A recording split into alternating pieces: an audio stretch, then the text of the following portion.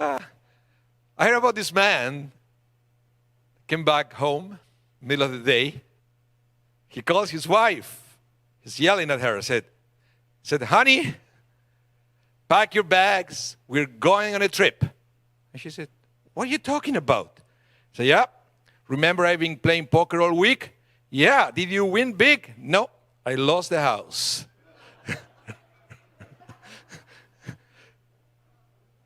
So I want to talk to you today about no more distractions.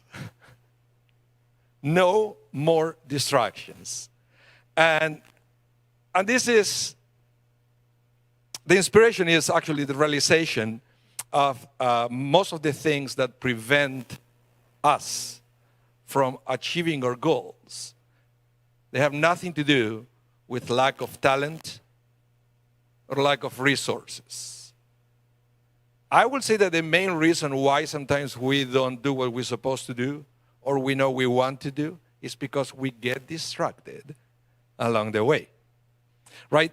And I realize also, and I have to Google for this one, I have the impression, I have the gut feeling that, for example, one of the main reasons for car accidents has nothing to do with of skills from the driver, but it has to do that the driver gets distracted, either because he's intoxicated or, for example, because he's playing with cell phones or other things as the driver is going. Has nothing to do. It could be great drivers, but they get involved in an accident because they get distracted. And I also realized this just by looking around. For example, when kids don't present their homework at the right deadline, has nothing to do with the fact that maybe they don't know the topic. It's not that they don't know it. It's just that they get distracted and they never do it. So, you see, sometimes achieving a goal or reaching a destination has nothing to do with skills or resources. And sometimes we don't do it because we get distracted. One of the things that I always like to remember between Pesach and Shavuot is, if we can, we have to pay attention to these things. They are not necessarily spiritual things, but they are things that if we can improve, if we can get less distracted, we can improve our lives in so many ways. And the counting of the Omer between Pesach and Shavuot is all about that. Paying attention to all these little things that by making little adjustments would allow us to improve our lives big time. Well, this week's Parsha, I believe, has one of the most interesting advice for all of us on how to get focused on what we want to do. It says something very interesting. The Parsha is talking about the past and the future and how to deal with that. This week's Parsha we read, you are not to engage in the activities found in Egypt. It's talking about the past, right? But it also said you are not to engage in the activities in the land of Canaan. It's in the future. They're not there yet, right? And it says, you are to obey my rulings and laws. I am Hashem, your God. Those are the verses from this week's Parsha. Let's try to understand what's going on here. And I think it has to do with instructions. You know, it said, when you were back in Egypt, you couldn't get distracted because you were slaves. When you're a slave, doesn't matter. They're not distractions. You have to do what you are told, or you will be killed, or you will be punished. Okay? If that's your life, you have no option. You have to do what you have to do. So the Torah said, that's in the past. You don't want that kind of life anymore. Believe me, you don't. I know sometimes some people think that it's easier if somebody tells you what to do. That's not ideal. That's not what the Torah wants you to do. But it also says, don't engage in what you're going to find out or what you're going to encounter in the land of Canaan. You know what happened there? You can do whatever you want.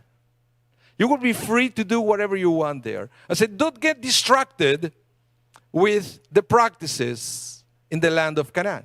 It will be very easy for you to forget your goal, to forget your destiny, and start doing other things that it will take you nowhere. Because the thing is, when we get distracted, the consequences are not immediate. The consequences will come in the future when life will send you the bill of everything that you didn't do when you're supposed to do it because you got distracted. So say that once you enter to the land of Israel and you have absolute freedom, be careful, because that could take you nowhere. Instead, the Torah said, be Jewish. What does it mean being Jewish? Being Jewish means to find the middle point. Being Jewish means to find balance in your life. Being Jewish doesn't mean that you cannot have fun. Being Jewish doesn't mean that you cannot have time with your friends or your family. Being Jewish means to find balance. And I always like this teaching that I learned many years ago from my rabbi in Chile. He was telling me, you want to find Jewish balance right away? He said, look at your Shabbat table. What do you have there? The candles, the challah, and the wine. Why is that? He was saying the candles represent spirituality, the flames. The challah, the bread, represents material life. And the wine represents joy, represents having fun. And you see, on the Shabbat table, you find the balance. You can't have a life with everything spirituality and you don't take care of your finances or your body, your health, etc. You can't. That's not the Jewish standard. That's not the Jewish ideal. To have or to live a life which everything is spirituality. You have to eat, you have to sleep, you have to drink, you have to take care of your body. But I said, at the same time, it's not just work, body, represented by the challah. Although there are people that they seem to like that way.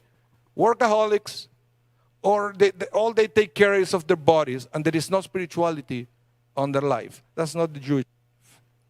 At the same time, the wine, the joy, moderation, in balance, in the right context, it's okay, but life is not a continual and perpetual party.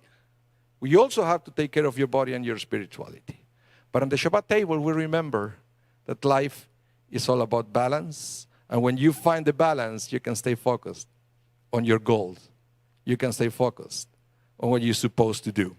So this is interesting because at the end of the day, distractions will take you away from a meaningful life. And eventually, you will reach a point when maybe you will say, what have I done?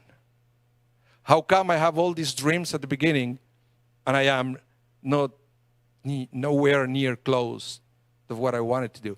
And it reminded me of a story that I read once. It was in 1888 in France. There was an article in the newspaper, it was an obituary, that they published by mistake. Okay? Can you imagine that?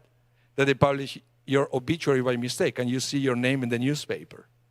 So this man was reading, 1888, was reading the French newspaper and he saw his name there. I said, have I died and I didn't realize that? I said, no, I think I am alive. But then he started to read the obituary and he started to read what people were saying about him. And he realized there that he was called the dynamite king. And he was called the merchant of death. He was shocked.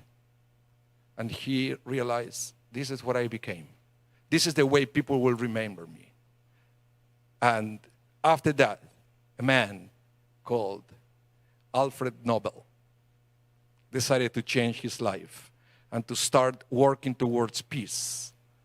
And he created a fund that is called the Nobel Prize to award people's achievements. People who avoided distractions during their life to do something amazing in the world. So I realized that it's never too late to change. If you realize that you had too many distractions in your life that prevented you from being where you wanted or for where you want to be, there is always an opportunity to change the way Alfred Nobel did in his life, and to start doing something positive and to start getting focused on your goals, on your dreams.